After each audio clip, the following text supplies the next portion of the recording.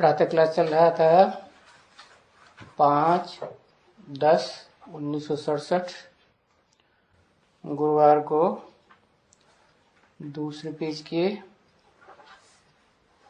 मध्याह्न से कुछ पहले बात चल रही थी। ये जो 5 विकार हैं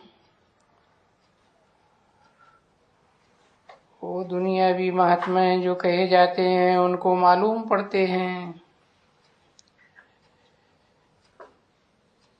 कि इनको छोड़ना है, छोड़ना भी पड़ते हैं। और बच्चों में तो ये विकार होते भी नहीं है।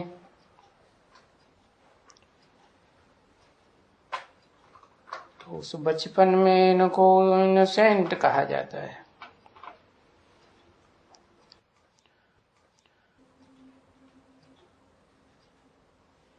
अच्छा, तो वो अपने बचपन को याद करके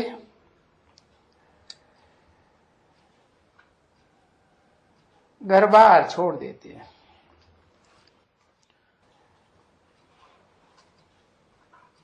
अभी उनसे भी इनको संपूर्ण निर्विकारी तो कहा ही जाएगा, लक्ष्मी नारायण को।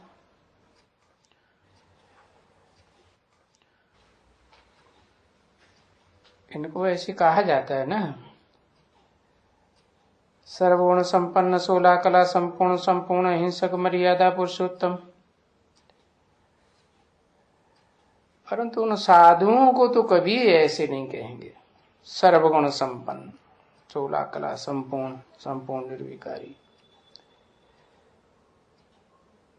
बंसा तक भी अहिंसा परमो धर्म।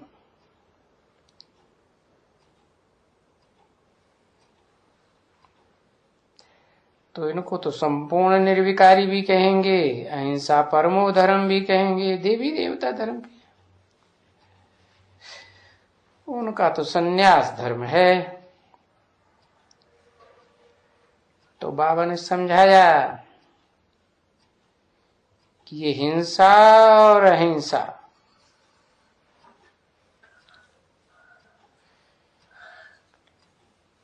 किसको मारना करना, मनसा से, वाचा से, दृष्टि से, कर्मेंद्रियों से, उसको कहा जाता है हिंसा।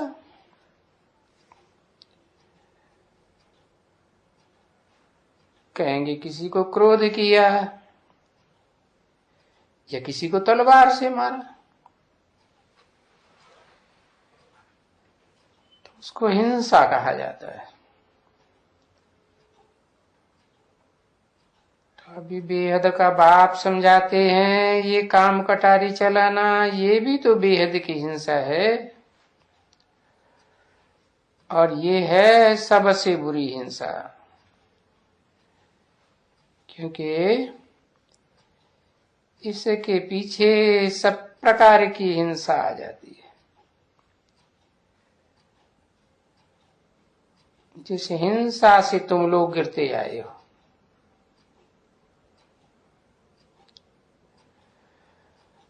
और गिरते ही आए हो, गिरते ही आए हो। समझा ना? क्योंकि देवताएं तो हिंसक नहीं हैं। बल कलाएं कम होती हैं, परंतु वो काम कटारी तो नहीं चलाते हैं ना।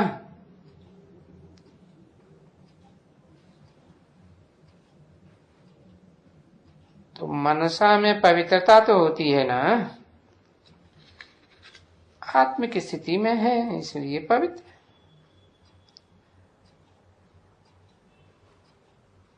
तो पाप अभी कहते हैं तुमको भी मैं मनुष्य से देवता बनाने आया हूं।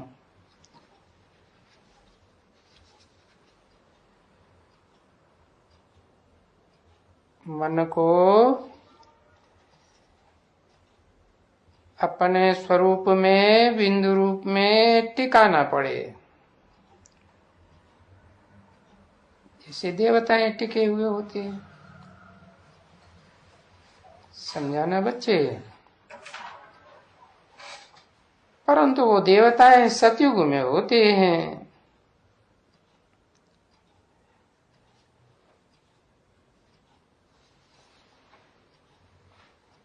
कहेंगे संपूर्ण देवताएं सतयुग के आदि में, 16 कला संपूर्ण।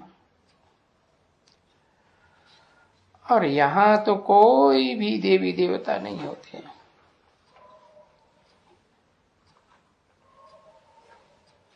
चाहे कैसे भी ऊंचे थे ऊंचे सन्यासी, धर्मात्मा, महात्मा कहे जाते हो,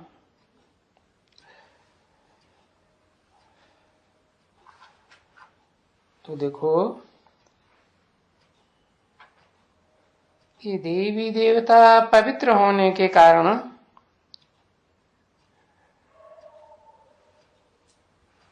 यहां इस दुनिया में अभी कोई भी वो देवात्माएं अपन को देवी देवता नहीं कह सकते।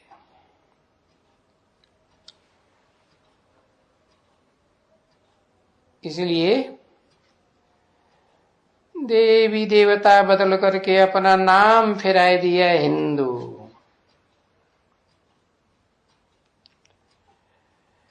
क्योंकि देवी देवता कहने में लज्जा आती है।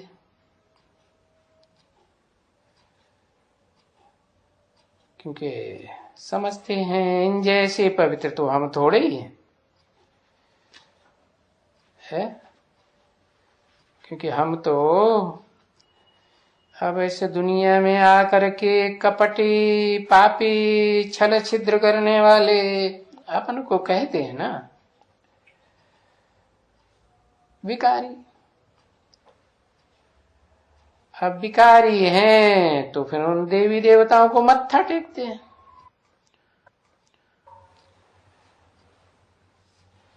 तो जो मत्था टेकते हैं वो फिर अपन को देवी देवता कैसे कहेंगे?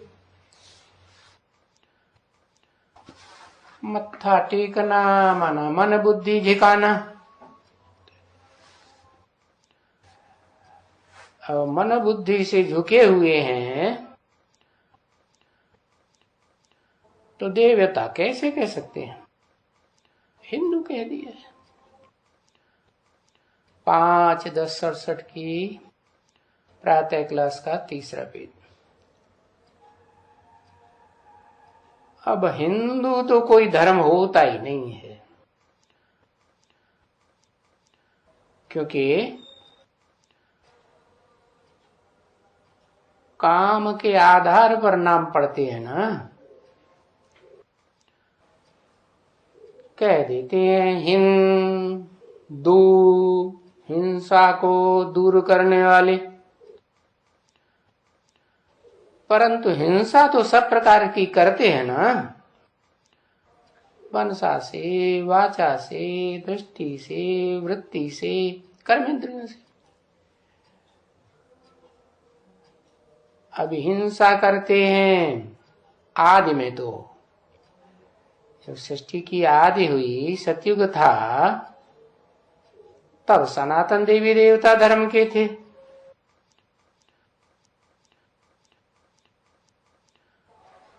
अब ये हिंदू नाम तो हिंदुस्तान के ऊपर रख दिया है।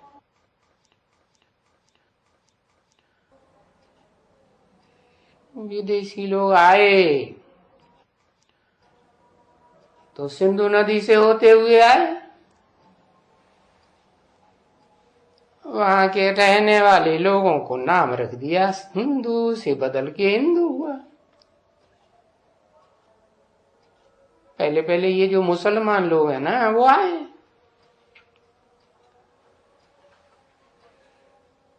तो फिर आ करके ये हिंदुओं को यहाँ काफिर कह देते हैं।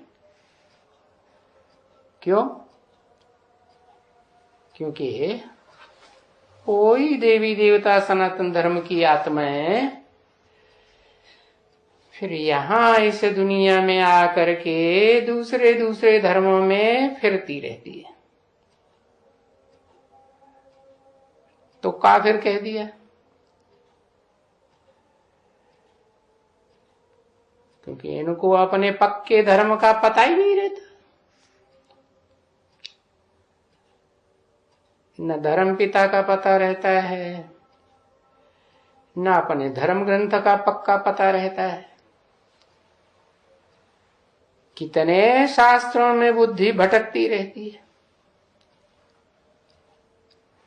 और मुसलमानों का तो अपना एक पक्का शास्त्र, क्या हम तो पकड़ लिया कुरान, उसके अलावा दूसरे शास्त्रों को छूते भी नहीं। तो देखो, वो तो पक्का जानते हैं अपने धर्म शास्त्र को भी, धर्म पिता को भी, अपने धर्म को भी, और दर बदलू तो होते नहीं है। अब ये हिंदू धर्म तो कोई धर्म नहीं है। धर्म पिता के नाम पर धर्म का नाम पड़ता है ना, तो क्या देश के नाम पर हिंदू धर्म हुआ? हिंदुस्तान के नाम पर। अब ये हिंदुस्तान तो हिंदुओं के स्थान का नाम है,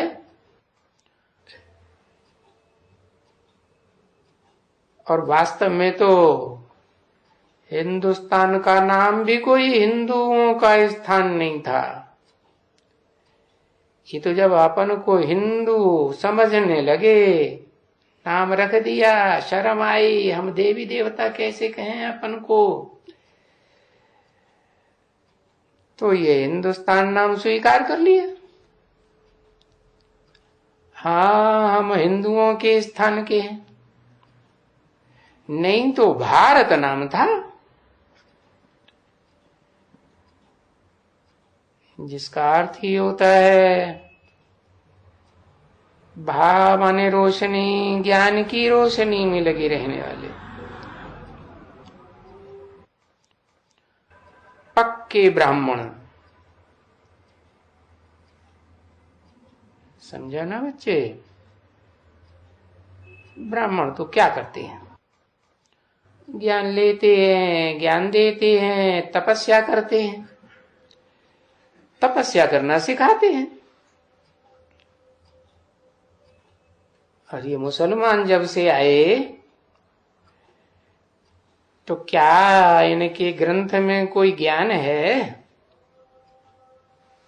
क्या धर्म पिता ने कोई ज्ञान दिया? बस अज्ञान में ही डूबे हुए हैं। समझते हैं हम तो देह हैं, देह का भान ज्यादा है।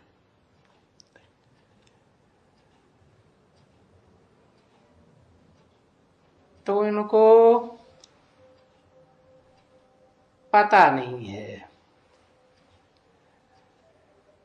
कि हिंदुस्तान का नाम कोई भारत था। ज्ञान से ही बुद्धि में पवित्रता की बात आती है। पवित्र वातावरण बनता है तो भी उसे कहा जाता है भा माने रोशनी, पवित्रता को रोशनी भी कहा जाता है। देवताओं को पवित्रता का ताज सिर में दिखाते हैं ना,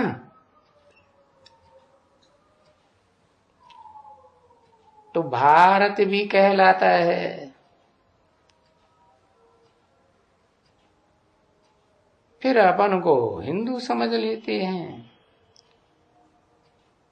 हिंदुस्तान के वासी।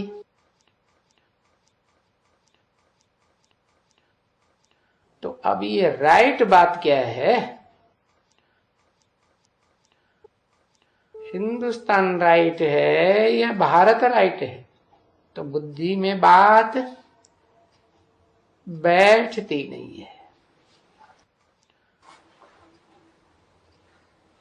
कि कैसे हम भारतवासी हैं। जब से ये विधर्मी आए तो इन्होंने तो कर्मेंद्रियों को विशेष महत्व दे दिया।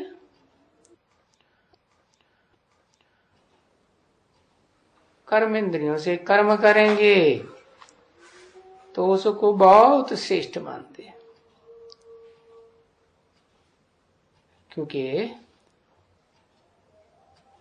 कर्म इंद्रियां तो देह का अंग है ना,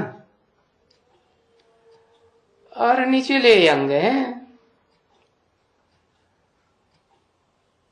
देह के भी ऊंचे अंग तो ज्ञानेंद्रियों को कहेंगे ना। जिन ज्ञान इंद्रियों के सहारे ज्ञान लेकर देवताएं देवता बने थे,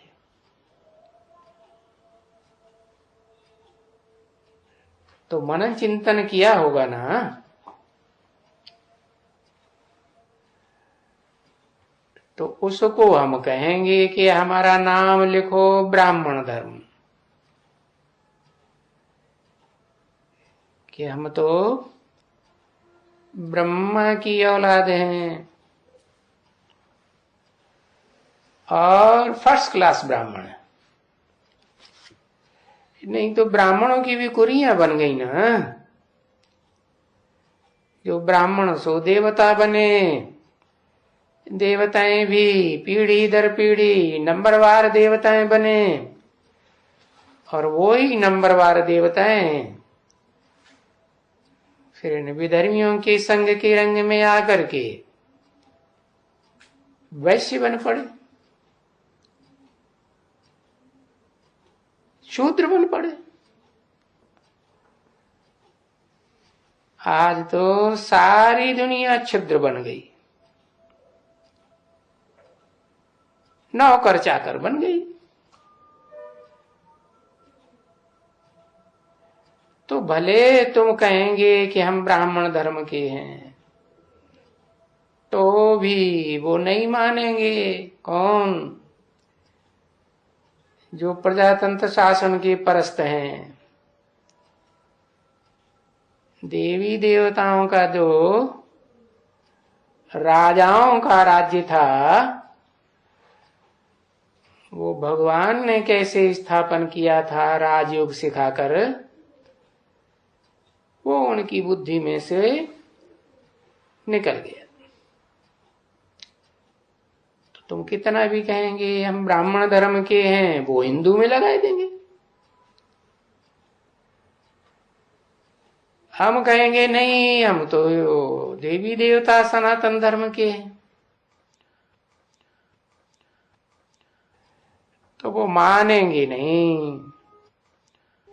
क्यों? क्योंकि ब्राह्मण भी कहेंगे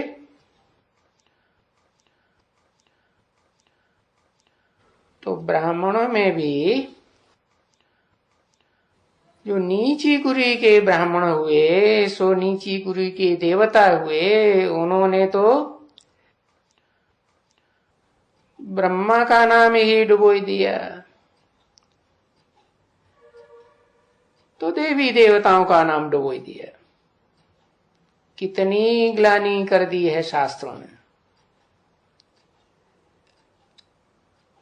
अब जैसी दृष्टि बनती है वैसी सृष्टि दिखाई देती है।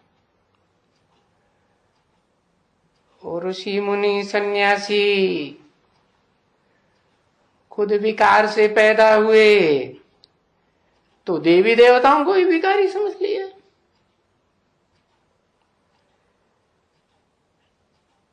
तो बोलते हैं यहां तो है ही सब हिंदू, हमारे पास कोई देवी देवता का कालम नहीं है जिसमें तुम्हें देवी देवता घोषित कर दें। तो वो हिंदू के कालम में ही डाल देंगे।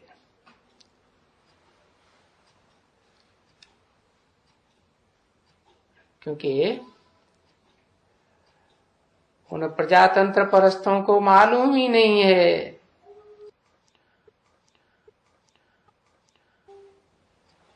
कि हम कोई असुल देवी देवता सनातन धर्म के हैं।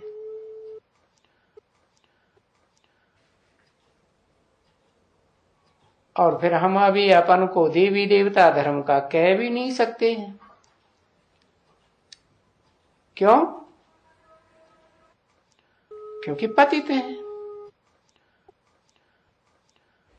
इसलिए अपन को देवी देवता तो एकदम नहीं कहेंगे। बाकी हाँ, भारत में यादगार चित्र तो हैं, मंदिरों में मूर्तियां भी रखी हुई हैं, तो इससे साबित तो होता है कि हम थे देवी देवताएं। और ये भारत देवी देवता धर्म का था।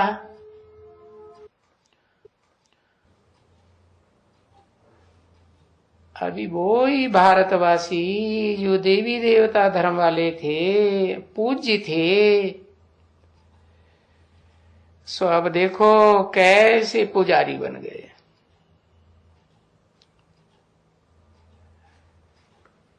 पतित बन गए हैं तो पुजारी बन गए। जो पावन देवी देवताएं थे उनकी मूर्तियां बनाकर पूजा करते रहते। समझा ना? नहीं तो अभी भी जब भी मनुष्य स्तुति करते हैं तब ही कहते तो है ना कि आप ही पूज्य, आप ही पुजारी।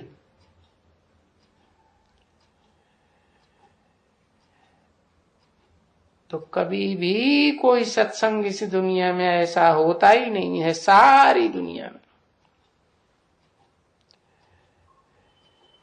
जहां बैठ करके बाप कहते रहे, हे बच्चों, रूहानी बच्चों,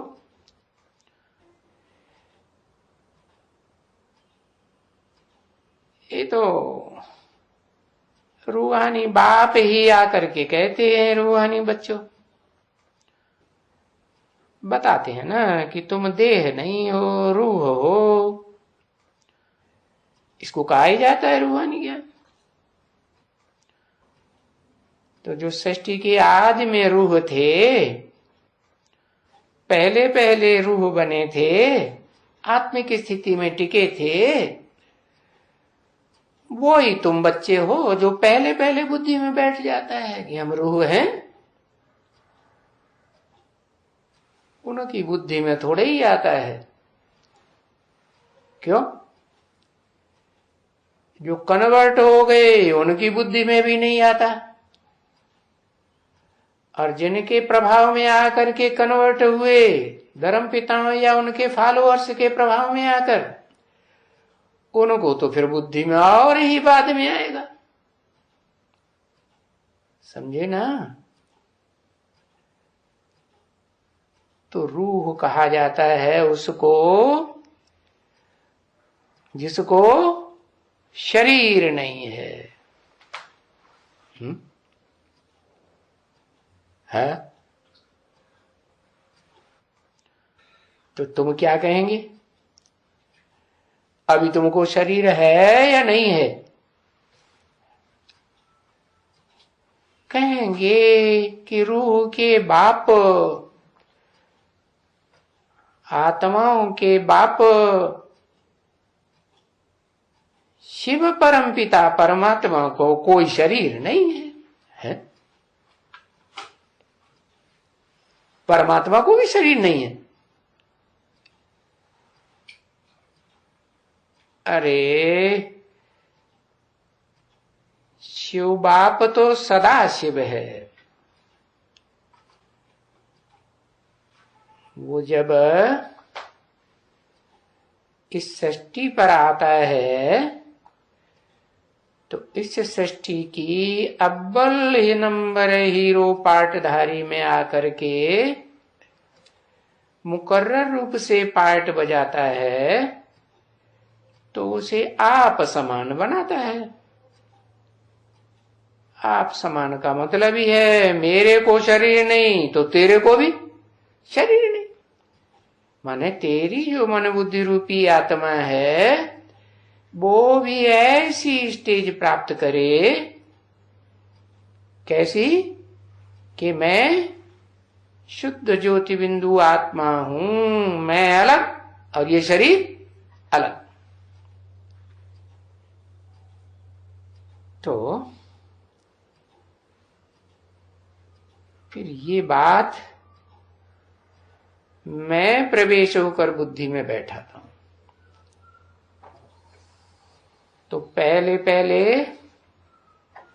मैं ये पार्ट बजाता हूं जिसको तुम कह देते हो शिव बाबा।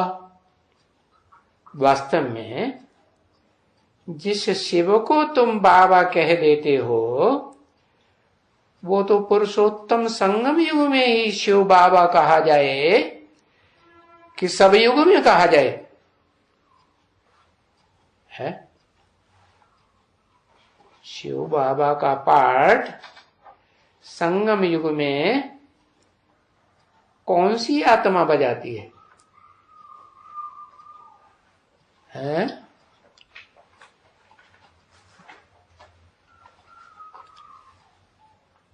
शिव सुप्रीम सोल ही पार्ट बजाते हैं,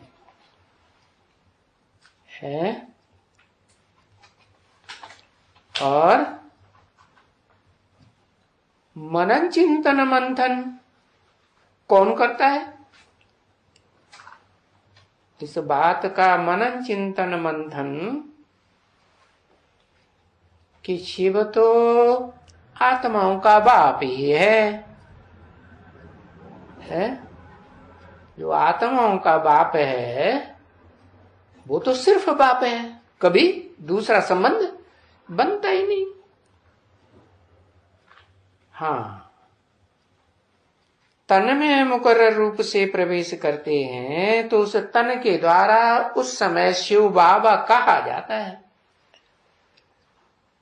बाकी ओरिजिनल क्या शिव बाबा है, और प्रवेश करने पर भी क्या वो अपन को बाबा नाना चाचा काका ताऊ समझ के रहता है?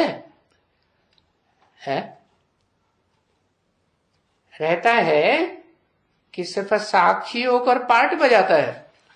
पार्ट बजाता है।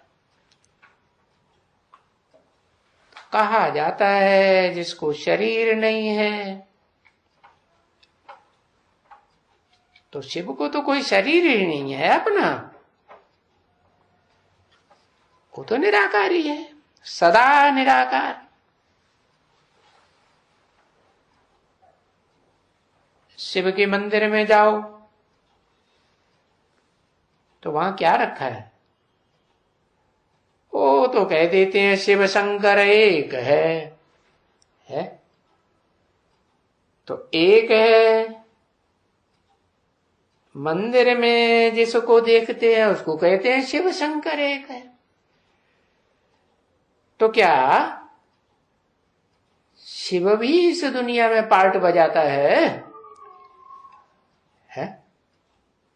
अगर इस दुनिया में शिव भी पार्ट बजाए, इस दुनियादारी के चक्र में, चार युगों के चक्र में शिव भी आए तो क्या होगा? तो फिर वो भी जन्म मरण के चक्र में आने के कारण सारा ज्ञान भूल जाए। तो शिव तो जन्म मरण के चक्र में नहीं आते। जो समझते हैं कि शिव के मंदिर में शिव रखा है वो ही शंकर है, नहीं, शंकर का अर्थ ही है क्या? सारे संसार में शम माने शांति पैदा कर दे। सारी दुनिया के शरीरों का खात्मा होता है। जो शरीर रहते हैं उनमें से भी चेत शक्ति आत्मा निकल जाती है कि रहती है, उनमें से भी निकल जाती है। तो वो भी शांत हो जाएंगे या हरकत करते रहेंगे? वो भी हरकत करते रहते। और जिनका शरीर छूट जाता है वो आत्माएं तो शांत स्वरूप हो ही जाती, क्योंकि जब तक देह है तब तक अशांति है, इस दुनिया में दुख है। देह ही छूट गई तो सुख भी नहीं, शांति भी नहीं। तो देखो मंदिरों में तो लिंग रखा हुआ है। अब कोई उनसे पूछे ये निराकार को लिंग कहां से आ गया है? लिंग तो क्या, उसको तो कोई भी इंद्रिय नहीं होती है? फिर ये लिंग रूप जो तुमने रखा है, इसको तुम निराकार शिव कैसे कहते हो? भारतवासी भी मानते तो है ना कि भगवान निराकार है, साकार को भी मानते हैं, वो तो देवी देवताओं को भी मानते हैं, और धर्म वाले तो देवी देवताओं को मानते नहीं, फिर जानते भी नहीं। तो तुम समझ सकते हो कि जरूर शिव देवी देवताओं के बीच, देवात्माओं के बीच में कोई ऐसी आत्मा में आता होगा परमानेंटली, जो देवताओं में महादेव का प्रैक्टिकल पार्ट बजाए। तो उसको कहा जाता है परमात्मा। बना कैसी आत्मा? आत्माओं के बीच में परम पार्टधारी आत्मा। तो उसको नेक्स्ट टू शिव रखेंगे या इक्वल टू शिव रखेंगे? है क्या कहेंगे? इक्वल कहेंगे, लेकिन शिव तो नहीं कहेंगे। जैसे बाप का बड़ा बच्चा होता है तो बाप समान कहा जाता है, तो ऐसे ही आत्माओं के बीच में वो परमात्मा भी नेक्स्ट हुआ ना। अव्वल नंबर आत्मा कौन? शिव। तो शिव को परमात्मा नहीं कहेंगे, क्या कहेंगे? हैं? परम पार्टधारी नहीं कहेंगे। परम पार्टधारी तो तब कहें जब हीरो के मुआफिक चारों सीन में पार्ट बजाए, ऑलराउंड पार्ट बजाए। मैं तो इस सृष्टि में ऑलराउंड पार्ट बजाता ही नहीं। बाकी मैं जिसमें प्रवेश करता हूं वो यादगार रखी हुई है। क्या? कि जिसको आप समान निराकारी बनाया, देह से जुदा कर दिया। क्या कर दिया? देह की स्मृति से उस मन बुद्धि रूपी आत्मा को अलग कर दिया। तो अलग कर दिया तो क्या संगम युग में अलग कर दिया कि सदाकाल के लिए अलग कर दिया? संगम युग के लिए अलग कर दिया। ऐसी आप समान स्टेज बनाई ली। इसलिए तुम बच्चों को भी कहता हूं, क्या क्या कहता हूं कि कोई की सेवा करो तो क्या करो? उनको आप समान बनावेंगे ना। अब बनावेंगे, परंतु रचयिता तो रचयिता की स्टेज में रहेगा, और रचना रचयिता बन जाएगी नहीं। तो देखो मंदिर में भी जो लिंग रखा हुआ है वो आत्माओं का बाप नहीं है। अगर बाप होता तो उसको पत्थर का क्यों बनाते? चलो सात्विक स्टेज में बनाया, सोमनाथ मंदिर में भक्ति मार्ग की आरंभ में, तो भी उस पत्थर के बीच में जो हीरा रखा वो भी तो पत्थर है। तो मैं क्या पत्थर बुद्धि आत्मा बनता हूं? है शिव तो कभी भी पत्थर बुद्धि नहीं बनता। क्यों? कर्म, क्योंकि जन्म मरण के चक्र में ही नहीं आता। तो देखो, न समझने के कारण उस लिंग की पूजा करते हैं। क्या, क्यों पूजा करते हैं? पूजा पवित्र की करनी चाहिए या अपवित्र की करनी चाहिए? और लिंग पवित्र होता है या अपवित्र भी होता है? लिंग तो अपवित्र होता है। क्यों? क्योंकि देवी देवताओं को तो लिंग रूप की स्मृति भी नहीं होती है। कर्मेंद्रियों की स्मृति होती है? नहीं होती है।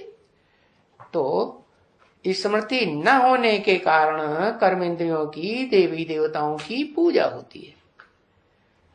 और जब वही देवी देवताएं विधर्मियों के प्रभाव में आ जाते हैं, नीचे गिरते हैं, तो फिर पूजा करने लग पड़ते हैं। तो भी सबसे जास्ती पूजा देवताओं के विग्रह की नहीं होती है। किसकी होती है? शिवलिंग की होती है। तो भी ये नहीं समझ में आता उनको, न देवी देवताओं को। और दूसरे धर्म वाले तो समझेंगे ही क्या? समझ में नहीं आता है कि हम देव आत्माओं के बीच में जरूर कोई स्वर्ग में रहने वाली ऐसी आत्मा है जो हम सबसे ऊंच पार्ट बजाने वाली है, जिसने उस परम पिता परमात्मा के साथ रह के कोई परमात्मा का टाइटल धारण कर लिया। तो लिंग की पूजा करते हैं। अब उतना ज्ञान तो नहीं है कि इस लिंग की पूजा क्यों करते हैं। कितना ज्ञान है?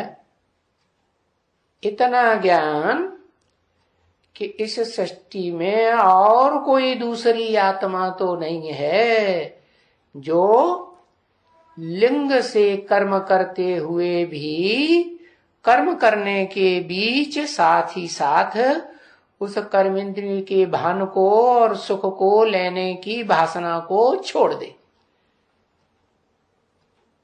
वो तो एक ही आत्मा है। क्या इस रंगमंच पर पार्ट बजाने वाली आत्माओं के बीच, जिसे देवदेव महादेव कहा जाता है, ब्रह्मा देव, विष्णु देव और उनसे भी ऊंचा है महादेव। महादेव भी वो समझ लेते हैं कि जो महादेव है वो ही शंकर है, वो ही शिव है। परंतु नाम के अर्थ में भी तो फर्क है। शिव का अर्थ कल्याणकारी, और ऐसे नहीं कि आज कल्याणकारी कल अकल्याणकारी, वो तो सदा कल्याणकारी। और जिसमें प्रवेश करते हैं वो सदा कल्याणकारी तो नहीं है ना। सदा माने तीनों काल, भूत, भविष्य और वर्तमान। तो इस दुनिया में तो ये तीन काल होते हैं, भूतकाल, भविष्य काल, वर्तमान काल। और उसी आधार पर तीन गुण भी होते हैं इस दुनिया में, सत्व प्रधान, सत्व, रज और तम।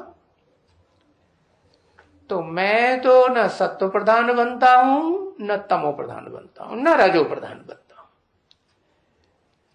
तो इसलिए मैं तो इनसे परे हूं, क्योंकि इस सृष्टि पर ही ऑलराउंड पार्ट नहीं बजाता हूं। मैं तो सिर्फ तुम बच्चों के देवी देवता आदि सनातन धर्म की स्थापना करने आता हूं, और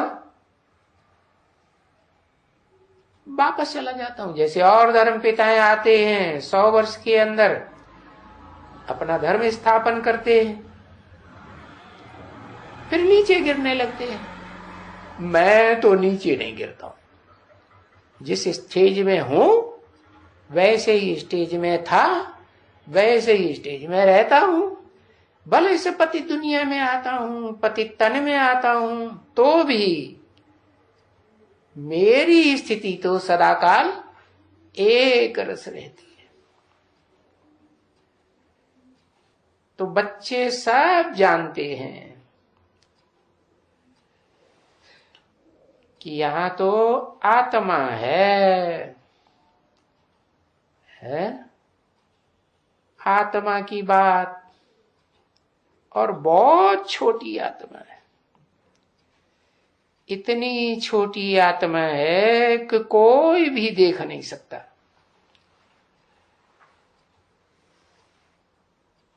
जो वैज्ञानिक यंत्र बने हैं ना, विज्ञानियों ने बनाए हैं, साइंसदानों ने,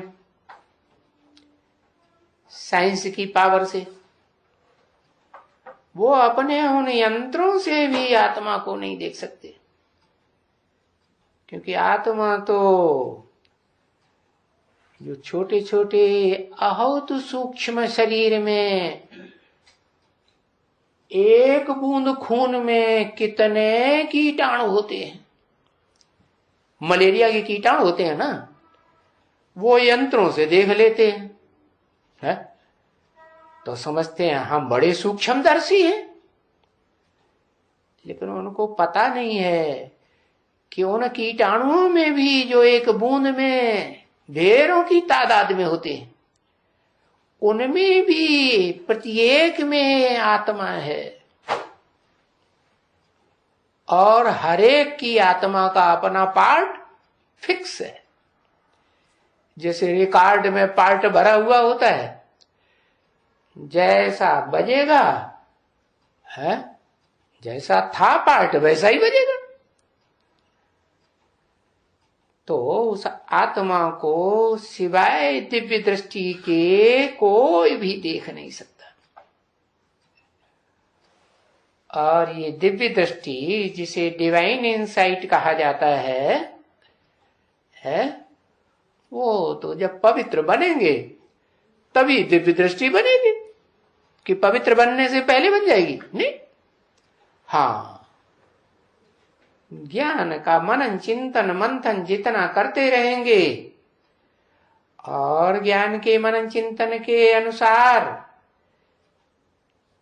जितना प्रैक्टिकल स्टेज में टिकेंगे, उतना दिव्य दृष्टि बनती जाएगी। है, क्योंकि दिव्य दृष्टि भी तो यहां संगम में मिलेगी ना, पुरुषोत्तम संगम में।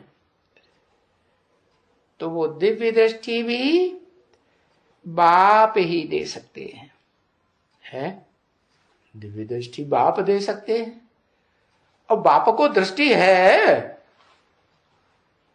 आत्माओं के बाप को दृष्टि है, ज्ञान है। दृष्टि तो आंख से आती है?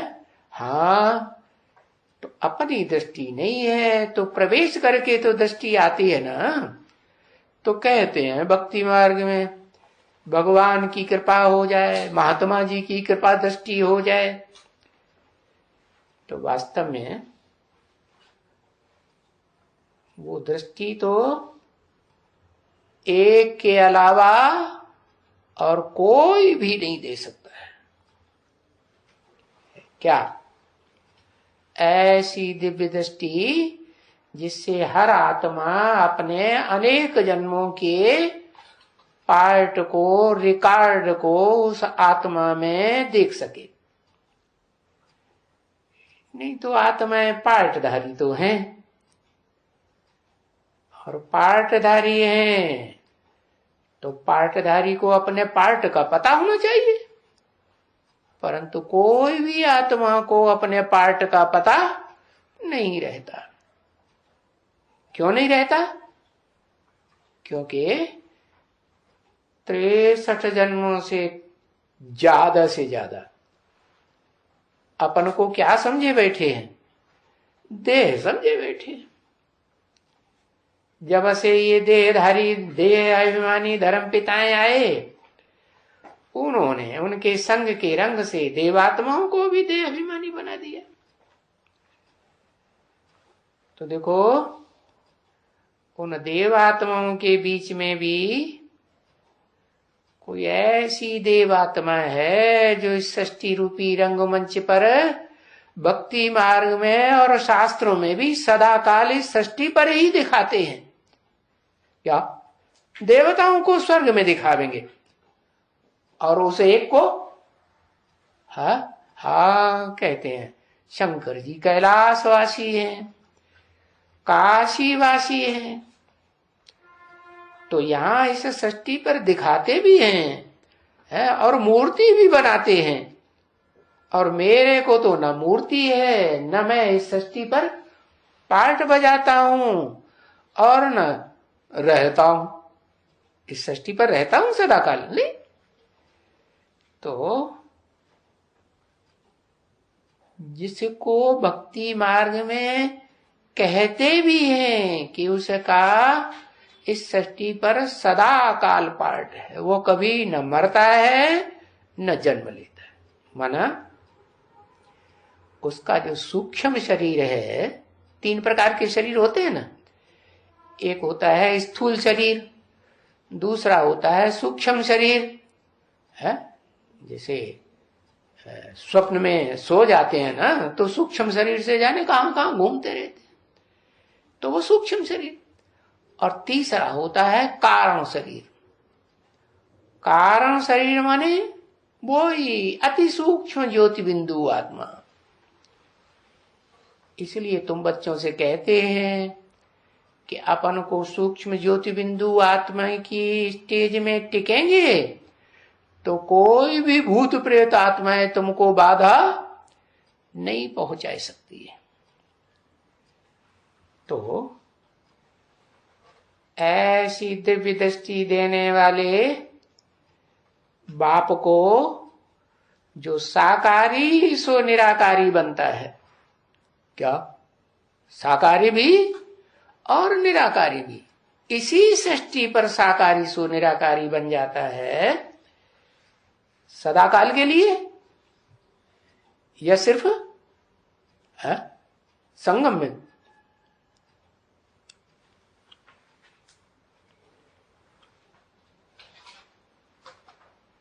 संगम में और बाकी देह अभिमानी।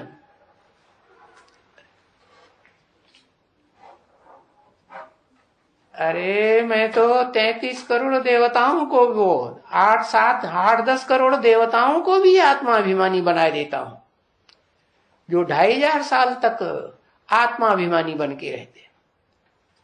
तो उन देवताओं का बाप, फिर एक देवता ही ऐसा कहा जाता है जो देवताओं का भी बाप और असुरों का भी पक्षधर। तो इसीलिए तो देवात्माओं की दुनिया में भी वो आत्मा जरूर होगी और राक्षसी दुनिया में भी वो आत्मा जरूर प्रैक्टिकल में पार्ट बजाती तो है, लेकिन निराकारी स्टेज तब तक रहती है जब तक मेरे आने का टाइम इस सृष्टि रूपी रंगमंच पर न हो। मैं आता हूं तब वो आत्मा भी कैसे इस सृष्टि रूपी रंगमंच पर जो ऐसी आत्माएं आती हैं जिनको उस लिस्ट में रखा है। किस लिस्ट में है? जो मनन चिंतन मंथन ऐसे करती ही नहीं, जैसे जानवर हो गए है। ऐसी आत्माएं जिनको बताया 500-550 करोड़ के ऊपर जो आत्माएं इस सृष्टि रूपी रंगमंच पर आती हैं, वो कैसी होती हैं? मनन चिंतन मंथन करने वाली या जानवरों जैसी? जैसे हाथी होता है, थोड़ा सबल तो समझदार तो होता है ना, हाँ, तो फिर भी मनन चिंतन मंथन करेगा? नहीं करता कोई भी नहीं। वो दिव्य दृष्टि वो एक ही दे सकता है जो इस सृष्टि रूपी रंगमंच पर सदा काल मौजूद रहता है, भक्ति मार्ग में भी माना जाता है। उसी मुकर्रर रथ में आकर के मैं अखूट ज्ञान का भंडार आरोपित करता हूं। जिस ज्ञान के भंडार के आधार पर वो आत्मा अपने स्वरूप को पक्का पहचानती है। तो अपने को पहचाने पक्का कि मेरा पार्ट ऑलराउंड पार्टधारियों में है, क्योंकि एक अकेला थोड़ा ही होगा, नंबरवार और भी तो होंगे। तो जो भी उस कैटेगरी की आत्माएं हैं, वो बच्चे जो पूरे 84 जन्म लेने वाले हैं और सृष्टि का आदि करने वाले, सात्विक सृष्टि का आदि, सतो प्रधान सृष्टि, तो उस सात्विक सृष्टि में वो एक मूर्ति है जिसे विष्णु मूर्ति कहा जाता है। मूर्ति तो है, परंतु उस मूर्ति में जो पार्ट बजाने वाली आत्मा है, उसके स्वरूप को इस सृष्टि पर कोई नहीं जानता। पूजते तो हैं लिंग बना करके, लेकिन ये नहीं जानते कि इसका लिंग क्यों पूजा जाता है, कब पूजा जाता है। निर्विकारी को पूजा जाएगा या विकारी को पूजा जाएगा? जरूर निर्विकारी बनाया होगा तो उसकी पूजा होती है। तो देखो ये भगत लोग होते हैं ना, बैठ करके हनुमान की पूजा करते हैं, है तभी उनको हनुमान का साक्षात्कार कैसे हो जाता है? अरे अब हनुमान तो कोई इस दुनिया में है ही नहीं ना, वो तो जड़ चित्र बनाया हुआ है, चित्र बनाया है, चरित्र की यादगार। चरित्र बंदर के रूप का क्यों दिखाया? और एक ही हनुमान का ऐसा रूप क्यों दिखाते हैं? एक ही बंदर थोड़े ही होगा, बंदर तो बहुत होते हैं, लेकिन उनका मुखिया कोई तो होगा। तो जो मुखिया है उसका जड़ चित्र बनाई दिया। क्या? जैसे मंदिरों में शंकर को प्रोमिनेंट स्थान दे करके दीवालों में चारों तरफ देवताओं के साथ मुख्य स्थान देते हैं ना, दिखाते हैं, ऐसे फिर हनुमान को भी मुख्य स्थान देते हैं। क्या? या तो हनुमान को स्थान देंगे या तो शंकर को स्थान देंगे। जैसे एडवांस भट्टी करने गए थे ना, कौन से मंदिर में देखा? याद ही नहीं। देखा? कौन सा मंदिर? देखो,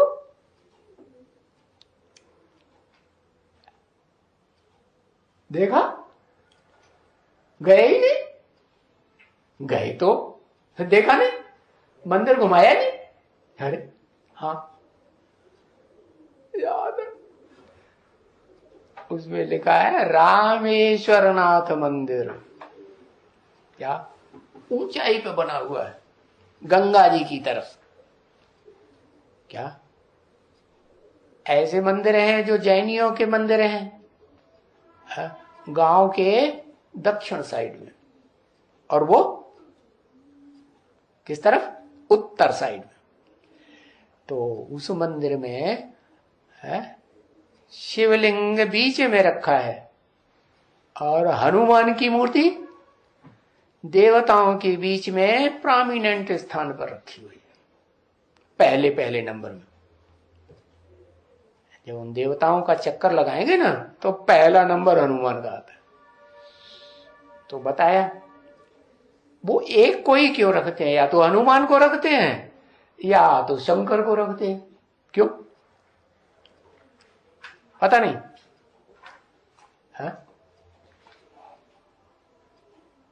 नहीं। हाँ, क्योंकि एक ही शरीर में प्रवेश होकर के दोनों आत्माओं ने पार्ट बजाया है? ज्ञान को समझाया है और संपन्न स्टेज को प्राप्त किया है। परंतु नंबरवार तो होंगे ना दोनों में, कि एक जैसे होंगे? है नंबरवार होंगे। तो एक को मनुष्य का रूप दिखाया और दूसरे को जानवर बंदर का रूप दिखाई दिया है। तो बंदर लिंग के ऊपर विजय प्राप्त करेगा लिंग इंद्रिय से? नहीं करेगा, क्योंकि वो सके तो दिखाते हैं बंदर ही एक ऐसा प्राणी है जिसकी सारी इंद्रियों में सबसे जास्ती सब जानवरों के मुकाबले जास्ती विकार होते। तो बंदर की बात नहीं है कि बंदर बुद्धि जो है वो कोई लिंग इंद्रिय के ऊपर जीत पाता है, नहीं है? जानवर जीत पाएगा क्या? इसलिए जानवर को नहीं दिखाते हैं क्या कि मैं जानवर में प्रवेश करता हूं। अरे बैल दिखाते हैं मंदिर में, लेकिन बैल पर तो शंकर सवार करेगा, शंकर सवारी करेगा या निराकार ज्योति बिंदु सवारी करेगी है? तो उन्होंने यादगार दिखाई दिए। बैल के कंधे के ऊपर शिवलिंग बना हुआ होता है? मंदिर में भी बनाते हैं ना। तो उन्होंने समझ लिया ये बैल के ऊपर सवार होकर के आता है ये शिव। अब ऐसा थोड़े ही है कि मैं कोई बैल पर सवारी करता हूं, बैल को आके ज्ञान सुनाऊंगा क्या है? बैल ज्ञान समझेगा? नहीं समझेगा। मैं तो मनुष्य तन में आता हूं। मनुष्य माने जो मनन चिंतन मंथन कर सके। भले आज की दुनिया में मनुष्य जानवरों से भी बदतर बन जाते हैं क्या? और सबसे जास्ती बदतर कौन बनता है? जिसकी यादगार हनुमान मंदिर में दिखाई जाती है वो, या कोई और है? अरे बताओ। लिहाज करते हम अपने बाप का नाम क्यों बताएं? है हनुमान। अच्छा, हनुमान सबसे जास्ती बदतर बनता है, सबसे ज्यादा नीच। बदतर माने नीच है? हनुमान का पाटधारी, हनुमान की पाटधारी आत्मा ही होगी। हनुमान का पाटधारी आत्मा ही होगी या परमात्मा होगा? परमात्मा की आत्मा को कहें कि हनुमान का पाठ बजाती है, कौन आत्मा? अरे मैं नीच सृष्टि में नीचते नीच में आता हूं। हाँ तो नाम बता दो। नाम बताने, बाप का नाम बताने में शर्म आती है। प्रजापिता माता जी ने पहले ही बता दिया। हाँ, प्रजापिता माने सारी सृष्टि में कितनी प्रजा? 500, 700, 750 करोड़ प्रजा, सबका पिता। तो उसमें नीचे नीचे जानवर भी हैं कि नहीं है? कीड़े मकोड़े भी हैं या नहीं? हाँ, कीड़े मकोड़ों को तो सबसे नीचे माना जाता है। नाली में क्या होते हैं? कीड़े होते हैं। नाली के कीड़ों को वो एक दूसरे को काटते, एक को काटता है, दूसरा दूसरे को काटता है, दूसरा तीसरे को, तीसरा चौथे को काट, एक दूसरे को काटते हैं और दुखी होते थे, दुखी करते रहते। उन कीड़ों को वहां से कोई को निकाल करके रोशनी में रख दो है और साफ शुद्ध स्थान में रख दो तो बिलबिला के मर जाएंगे, या तो रेंग करके फिर नाली में चले जाएंगे। तो ये हिसाब है हनुमान जी महाराज का। क्या हनुमान को बंदर क्यों दिखाया? कि वो बंदर का काम क्या छोड़ेगा नहीं। कोई विकार को नहीं छोड़ता। तो बताया कि वो हनुमान तो जड़ मूर्ति रखी हुई है, यादगार है। तो ये दिव्य दृष्टि दाता बाप बोलता है कौन बोलता है? ये दिव्य दृष्टि दाता बाप। अरे ऐसे सीधे क्यों नहीं बोलते? मैं बोलता हूं, ऐसे क्यों नहीं कहा? ये दिव्य दृष्टि दाता बाप बोलता है। क्या बोलता है? कि मैं हूं। क्या क्या हूं? है? अरे मैं हूं दिव्य दृष्टि दाता। कौन सी दृष्टि? आंखों वाली दृष्टि नहीं है। एक दृष्टि होती है मन बुद्धि की दृष्टि। मन बुद्धि सूक्ष्म तो दृष्टि भी है। आंख भी कैसी?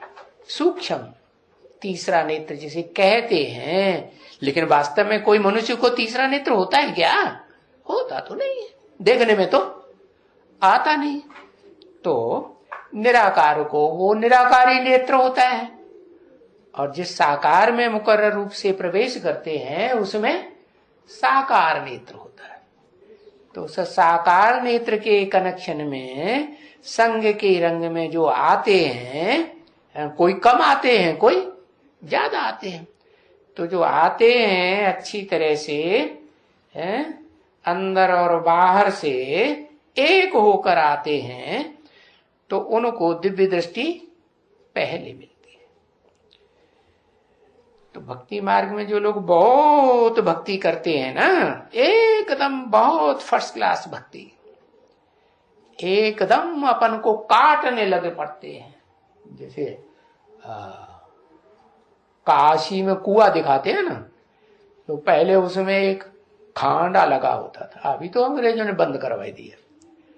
तो उस खांडे के ऊपर कूदते थे एंगल लगा के, और जैसे कूदे नीचे जाके धक से खत्म। तो अपने को गला काटने को तैयार हो जाते हैं। तब उनको मैं साक्षात्कार कराता हूं। मन गला काटने का मतलब क्या है? ऐसी हत्या जगन हत्या करवाते हैं, ऐसे कराते थोड़े ही है। ये तो भक्ति मार्ग में बनाए दिया है क्या कि देह को खत्म कर देंगे तो हम आत्माभिमानी बन जाएंगे। देह को खत्म करने से कोई आत्माभिमानी थोड़ा ही बन जाता है। कैसे बनता है? देह भान को खत्म करेंगे और प्रैक्टिस करेंगे अपन को आत्मा समझने की, तो आत्माभिमानी बनेंगे। तो वो तो भक्ति मार्ग में साक्षात्कार हो जाता है, लेकिन उससे कोई फायदा कुछ भी नहीं। मीरा ने साक्षात्कार किए बैकुंठ के, तो क्या कब वो बैकुंठवासी हो गई? नहीं। तो मैं तुमको, क्योंकि मैं ज्ञान का अखूट भंडार निराकारी हूं ना, तो मैं तुमको निराकार ज्ञान देता हूं। और जो निराकार ज्ञान देता हूं, तुम बच्चों को संपूर्ण ज्ञान की स्टेज जिसे कहा जाता है आत्मा के अनेक जन्मों का साक्षात्कार हो जाए, वो दृष्टि निराकार से मिलती है या निराकार साकार के संयोग से मिलती है? वो दृष्टि तब तुम्हें मिलती है जब निराकार मेरे जैसा निराकारी स्टेज को धारण कर ले। और वो दृष्टि संगम युग में ही मिलती है, जिसे कहते हैं पुरुषोत्तम संगम युग। तो उस दृष्टि से तुमको जन्म जन्मांतर के अपनी आत्मा के पार्ट का ज्ञान हो जाता है। तो क्या कहेंगे? भक्ति मार्ग का साक्षात्कार या ज्ञान मार्ग का साक्षात्कार? ज्ञान मार्ग का साक्षात्कार।